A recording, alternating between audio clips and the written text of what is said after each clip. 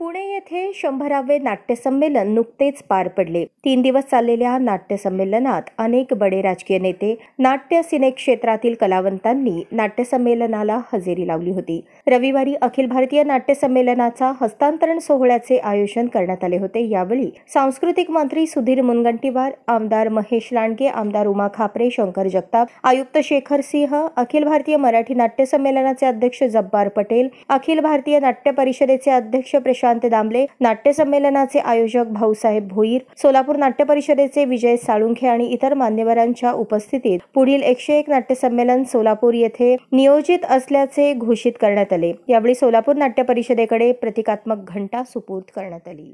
या 100व्या ऐतिहासिक नाट्य संमेलनाचं हस्तांतरण यानंतर आपण सोलापूर शाखेच्या पदाधिकाऱ्यांकडे करणार आहोत।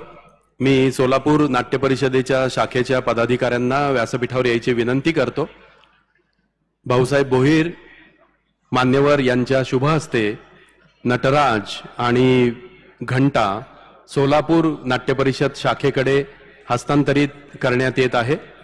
ऐतिहासिक 100व्या नाट्य संमेलनाच्या निमित्तानं वर्षभरामध्ये 6 विविध शहरांमध्ये नाट्य संमेलन संपन्न होणार आहेत। यानंतरचं नाट्य संमेलन सोलापूर इथं असणार आहे।